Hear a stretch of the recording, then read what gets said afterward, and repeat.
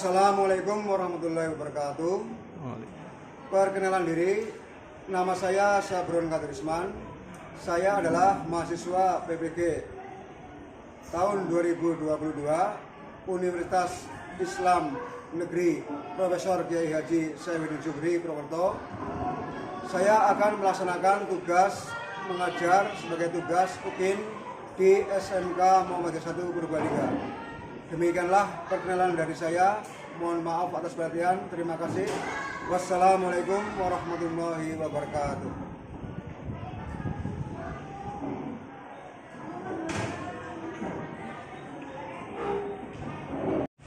Assalamualaikum warahmatullahi wabarakatuh.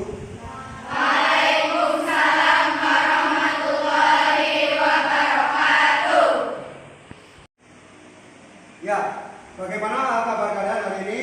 Alhamdulillah baik. Ya, sebelum kita masuk kepada KBM atau materi yang kita bahas, kita berdoa terlebih dahulu ya. Silakan salah satu berdoa.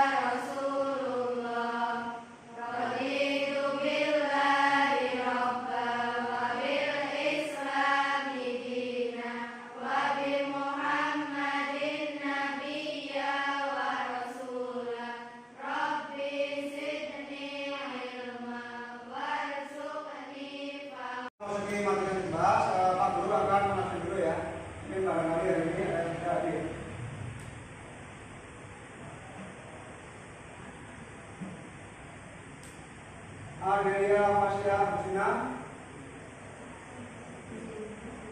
Amanda Rani Febrian, Aulia Nadia Diana, Dina Dunia,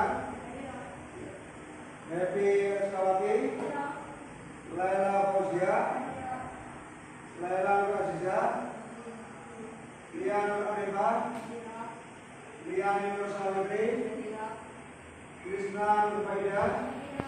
Ya, sebelum kita masuk materi ya, Pak Guru akan menyampaikan tentang tujuan pembelajaran kita. Kemudian sebelum kita belajar, kita harus memotivasi diri untuk belajar. Karena apa? Belajar adalah bagian dari ibadah. Karena belajar adalah ibadah bermakna, yaitu sebuah kegiatan ataupun pelaksanaan yang bertujuan untuk mendapat berkah atau barokah dari Allah dengan ibadah bermakna. Kemudian materi yang kita bahas adalah tentang sejarah perkembangan Islam di Indonesia. Tujuannya adalah mengevaluasi dan menganalisis dan mengevaluasi sejarah perkembangan Islam di Indonesia. Kemudian memahami strategi dakwah Islam di Indonesia. Kemudian memahami hikmah atau manfaat sejarah perkembangan Islam di Indonesia. Kemudian mendiskusikan sejarah perkembangan Islam di Indonesia. Dan yang terakhir adalah mempresentasikan hasil diskusi sejarah perkembangan Islam di Indonesia. Ya, jadi kalian mungkin sejak ada di kampus ini sudah pernah belajar namanya sejarah ya. Sejarah apa saja ya? Mungkin sejarah tentang orang, sejarah tentang perjalanan hidup, sejarah tentang peristiwa dan sebagainya. Yang kita bahas kali ini adalah tentang sejarah perkembangan Islam di Indonesia, di mana dulu Indonesia sebelum ada Islam itu kira-kira dihuni oleh siapa? Dulu Islam sebelum ada di masuk Indonesia, orang-orang Islam itu dulu beragama animisme, dinamisme dan Buddha dan Hindu. Ya. Belum Islam masuk. Nah, kapan kira-kira Islam masuk Indonesia? Islam masuk Indonesia itu memang banyak sekali teori yang berbeda gitu ya. Ada teori Gujarat, teori Mekah dan teori Persia. Tapi dari banyaknya Persia yang pernah dipelajari dan dipahami oleh banyak orang, itu yang paling kuat adalah teori tentang Mekah. Di mana Islam yang masuk Indonesia itu adalah dulu di saat Nabi Muhammad masih hidup. Ya. Nabi Muhammad masih hidup di negeri sana di Arab itu ya. Nah, ketika Nabi Muhammad berdakwah dari hasil dakwahnya 9 tahun jalannya, itulah Islam masuk ke Indonesia. Siapa kira-kira yang menyampaikan? Yaitu para pedagang Arab yang mencoba masuk ke Indonesia di saat Islam sudah didakwakan secara terbuka. Nah, silang kemudian di awal abad 7 pedagang dari Arab Saudi, dari Arab dan tanahnya Nabi Muhammad di sana di Arab, kemudian singgah ke Sumatera. Di daerah Sumatera inilah kemudian dia menyebarkan Islam melalui pesisir ya. Kemudian disambung dengan orang-orang dari pesisir menuju ke Jawa. Inilah. Jadi inilah teori yang paling kuat dari berbagai teori tentang sejarah masuknya Islam ke Indonesia. Kenapa? Memang teori yang lain itu memang ada selisih waktu sekitar 6 abad atau 6 tahun ya. Ada teori yang berpendapat Islam masuk ke Indonesia pada abad 13. Padahal teori menyebutkan Islam masuk ke Indonesia abad ke-7. Abad ke-7 sama dengan ketika Indonesia memang dalam kondisi bentuknya kerajaan ya, kerajaan Hindu dan kerajaan Buddha. Abad ke-7 juga salah satunya kerajaan Hindu Buddha itu membangun namanya Candi Borobudur yang zamannya Raja Sailendra. Jadi memang waktu itu sebelum Islam masuk ke Indonesia itu adalah bentuk kerajaan ya, kerajaan yang dibangun oleh Hindu Buddha. Tapi kemudian ketika kerajaan Majapahit dan Sriwijaya mulai agak lemah ya, setelah baru Islam masuk dengan kuat. Kemudian hubungannya dengan sejarah bagaimana agar Islam didakwakan ya, kita akan mengambil salah satu ayat yang memberi dasar bahwasanya Islam memang ini disebarkan ya. Islam itu didakwakan, Islam itu diberitakan kepada orang lain, ke tempat yang lain, ke negara yang lain dengan cara yang baik ya. Makanya saya akan mengambil surat Ali Imran 104. Silakan siapa yang membaca salah satunya? Ya, silakan. A'udzubillahi minasyaitonirrajim. Bismillahirrahmanirrahim. Wal takum minkum ummatun yad'una ilal khairi wa ya'muruna bil ma'rufi wa yanhauna 'anil munkar wa ulaika humul muflihun. Dan hendaklah di antara kamu ada segolongan orang yang menyuruh kepada kebajikan, menyuruh berbuat yang makruf, dan mencegah dari yang munkar, dan mereka itulah orang-orang yang beruntung. Dasar ayat yang memerintahkan agar manusia atau seluruh manusia menyebarkan agama Islam kepada siapapun dimanapun. Jadi bukan surat Al-Imran ayat 4. Kemudian untuk mengetahui di dalam bagaimana istilahnya keadaan Islam atau maksudnya Islam di Indonesia dan belakangnya, Pak Guru akan memberikan tugas kepada kalian berdiskusi ya. Pak Guru akan membagi 3 kelompok ya. Ada kelompok 1, kelompok 2, dan kelompok 3. Kemudian nanti masing-masing kelompok akan mendiskusikan materi yang berbeda. Silakan membentuk kelompok.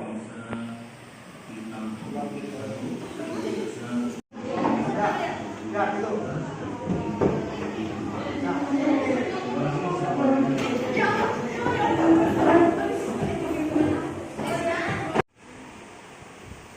Ya, silakan kalian sudah memutuskan diri ya dalam kelompok.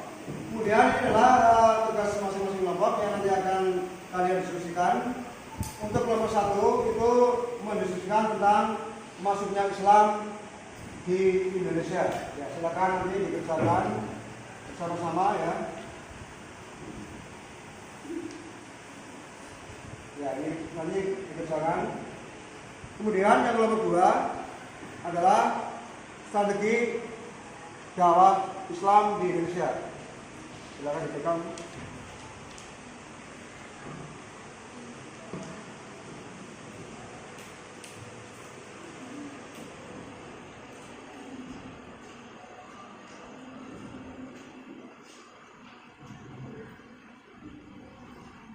Ini tugasnya ya dari kelompok 3. Kemudian tugas kelompok 3 mendiskusikan tentang manfaat mempelajari sejarah perkembangan Islam di Indonesia. Ya, silakan masing-masing kelompok mendiskusikan tentang materi yang sudah Pak Guru siapkan itu di tas tugas ya. Silakan dibagi-bagikan, didiskusikan. Pak Guru kasih waktu 20 menit ya. Silakan dikerjakan.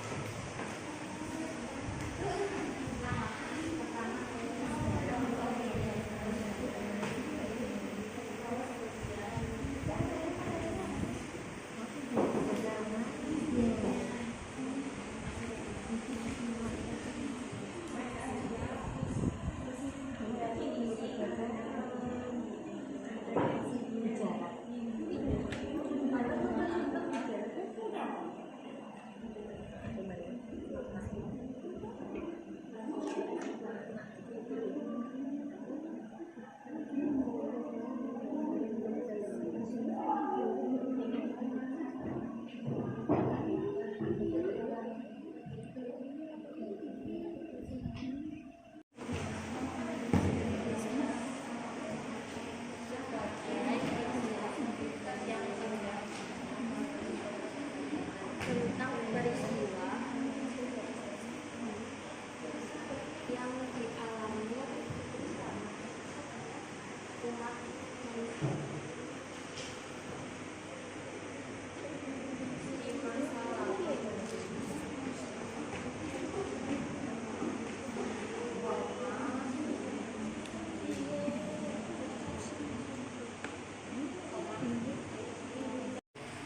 Ya, waktunya habis sebelum mengerjakan selama 2 menit. Silakan kalian bersihkan diri ya, masing-masing kelompok untuk mempresentasikan hasil diskusi yang telah kalian kerjakan. Silakan perwakilan dari kelompok 1, salah satu untuk mewakili kelompok 1 mempresentasikan hasil diskusinya. Silakan masuk ke depan.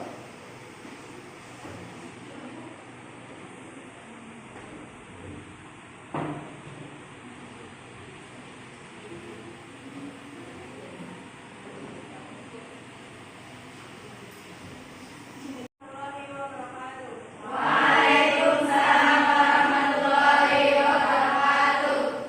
Di sini saya akan mempresentasikan hasil diskusi kami dari kelompok 1 tentang maksudnya Islam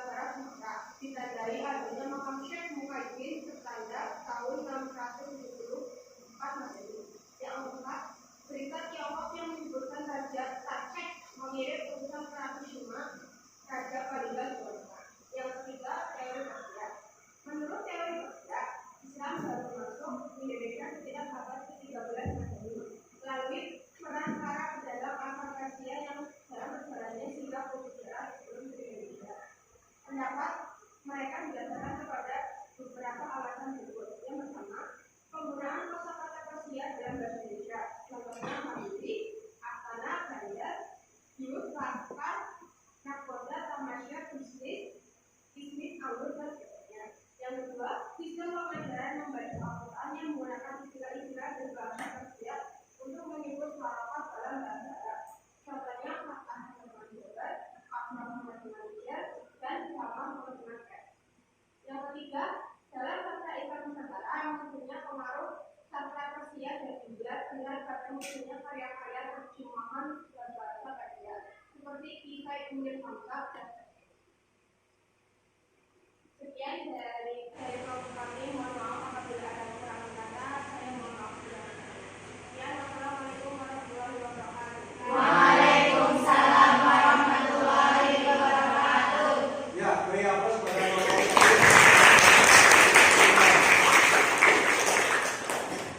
Ya, itulah apa yang telah dipresentasikan oleh Bapak Satu tentang teori masuknya Islam ke Indonesia ya. Memang ada tiga, ada teori berjarak, teori Mekah, dan teori Persia. Tapi yang lebih kuat adalah teori Mekah. Kemudian kelompok dua, silakan dipresentasikan siapa yang membuat mewakilinya, silakan.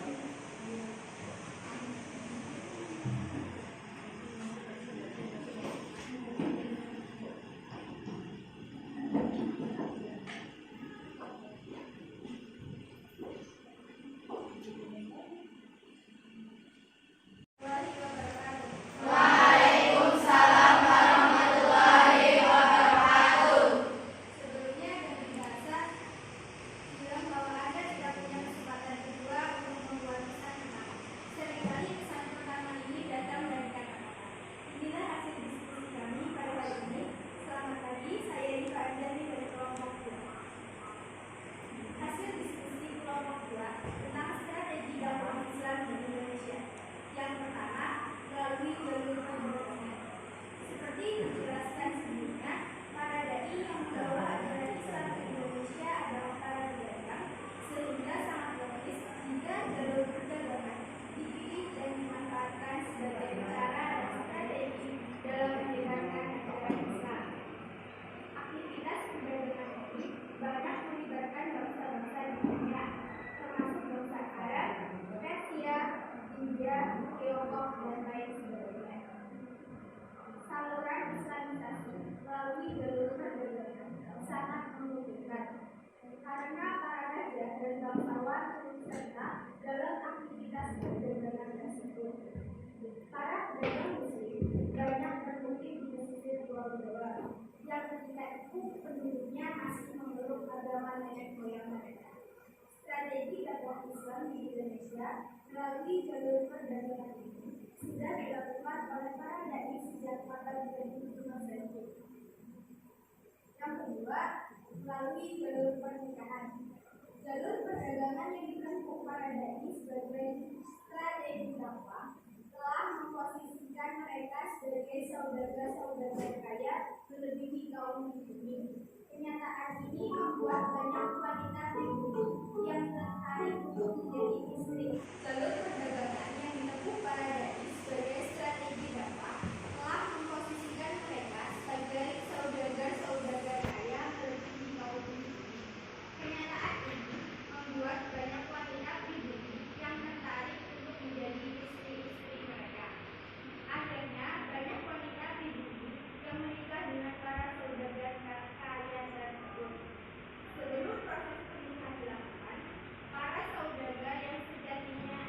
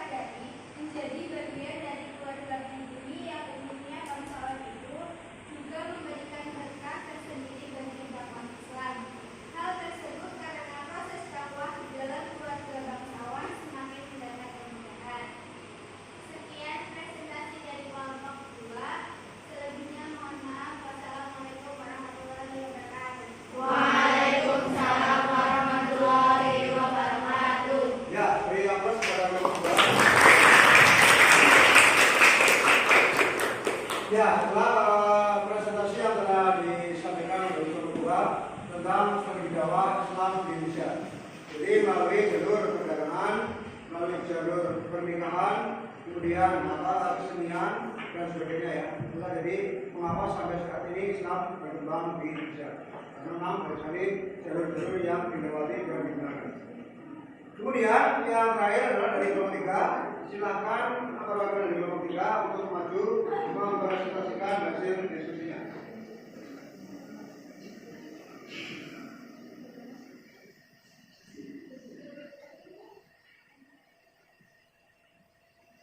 Assalamualaikum warahmatullahi wabarakatuh. Waalaikumsalam warahmatullahi wabarakatuh. Kemudian di sini akan mempresentasikan dari kelompok kita yaitu tentang manfaat mempelajari sejarah perkembangan Islam di Indonesia. 1. Pentingnya tarikh atau sejarah Islam dapat diperhatikan dari kenyataan bahwa sebagai dari isi kandungan Al-Quran adalah tentang sejarah. Sejarah tersebut mengungkapkan Al-Quran sebagai kisah yang tidak tentang peristiwa yang dialami manusia di masa lalu. Sebaliknya, sejarah kelam sebaiknya tidak ditiru dan harus dihindari serta dijadikan pelajaran agar kita jangan sampai tergerus. Orang yang tidak mengenal dan mengerti sejarah akan dapat kesulitan dan kesusahan karena mereka tidak melihat pelajaran. Orang yang tidak mengenal dan mengerti sejarah akan mendapat kesulitan dan kesusahan karena mereka tidak melihat pelajaran apapun dari sejarah umat manusia tertentu. 2. Pelajaran lain yang dapat diambil dari sejarah adalah mengungkapkan kebenaran hakiki sehingga manusia dapat mengambil ibadah dalam kehidupannya. 3. Melalui tarikh atau ajaran perkembangan umat Islam Indonesia, kita pandai membaca perubahan zaman dan cepat menganalogika perkembangan tarikh dan realita yang dihadapi. Oleh karena itu, kita mampu membuat perisai terhadap perkembangan zaman Hizbul Fakir dengan mematuhi kesadaran berislam yang lebih baik lagi. 4. Melalui tarikh atau sejarah, kita mampu mempelajari dan mencontoh para pendahulu yang memberi teladan baik sehingga dapat mengambil peran sebagai mujahid dakwah atau cendekiawan muslim yang mampu menyinari zamannya. Sekian presentasi dari kelompok 3. Wassalamualaikum warahmatullahi wabarakatuh. Waalaikumsalam warahmatullahi wabarakatuh. Ya, beri aplaus untuk kelompok 2. Ya, demikianlah ya presentasi dari kelompok 1, kelompok 2, kelompok 3. Silakan nanti masing-masing kelompok untuk menanggapinya ya. Saya beri kesempatan kepada kelompok 2. Silakan untuk menanggapi atau bertanya kepada kelompok 1. Siapa? Ya, silakan. Pak, Ya, silakan. mengapa terjadi beda pendapat tentang sejarah awal masuknya Islam ke Nusantara? Ya, ini ada kelompok 2 menanyakan untuk menanggapi kepada kelompok 1. Mengapa terjadi perbedaan pendapat masuknya Islam ke Nusantara? Silakan siapa yang mau menanggapi dari kelompok 1.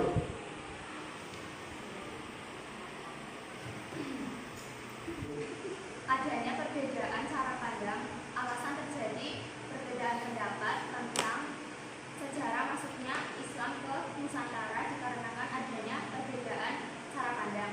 Hal tersebut juga didorong oleh banyaknya perbedaan bukti-bukti atau alasan yang sudah dikemukakan oleh mengenai masuknya Islam ke Indonesia.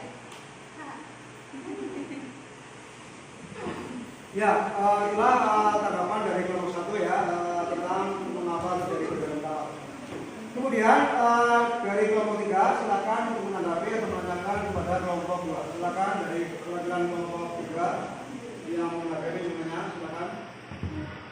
Di antara pendapat negara Islam di Nusantara, mempengaruhi penyebaran Islam.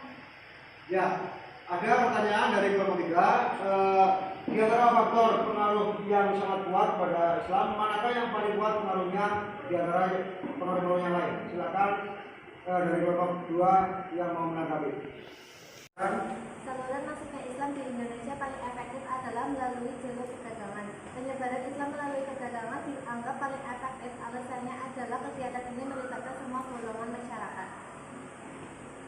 Ya, itulah tanggapan dari kelompok 2 ya, dari pertanyaan kelompok ya. Kemudian saya beri kesempatan kepada kelompok 1 untuk menanggapi kelompok 3. Silakan salah satu bertanya kepada kelompok 3. Siapa? Ya, silakan. Apa saja kebutuhan pendapat politik dari proses penyebaran Islam di Indonesia? Ya, apa saja pelajaran yang bisa petik dari proses masuknya Islam ke Indonesia ya? Silakan dari kelompok 3, siapa yang menanggapi? Silakan. Yang dapat kita ambil dalam proses perkembangan Islam di Indonesia secara damai di antaranya ialah membuat Indonesia kaya akan budaya karena proses penyebaran Islam di Indonesia melalui cara damai tidak merusak tatanan budaya yang berkembang. Ya, itulah tanggapan dari kelompok 3 ya tentang pertanyaan dari kelompok 1. Ya, kalian telah melaksanakan diskusi ya, menggali berbagai materi dari berbagai sumber. Kalian sudah mengumpulkan tentang materi masuknya Islam Indonesia, kemudian strategi dakwah yang dilakukan Islam Indonesia, kemudian sampai pada hikmah atau manfaat mempelajari sejarah perkembangan Islam Indonesia. Ya, dari adanya materi yang telah kalian gali dan kita dilakukan bersama, kira-kira kalian sudah paham? Alhamdulillah ya. Jadi nanti hikmah yang kita ambil dari adanya masuk Islam Indonesia, yaitu bagaimana kita beragama Islam, meyakini kebenaran Islam dalam kehidupan sehari-hari ya. Kemudian agar kita tetap istiqomah sampai kepada husnul khotimah. Ya.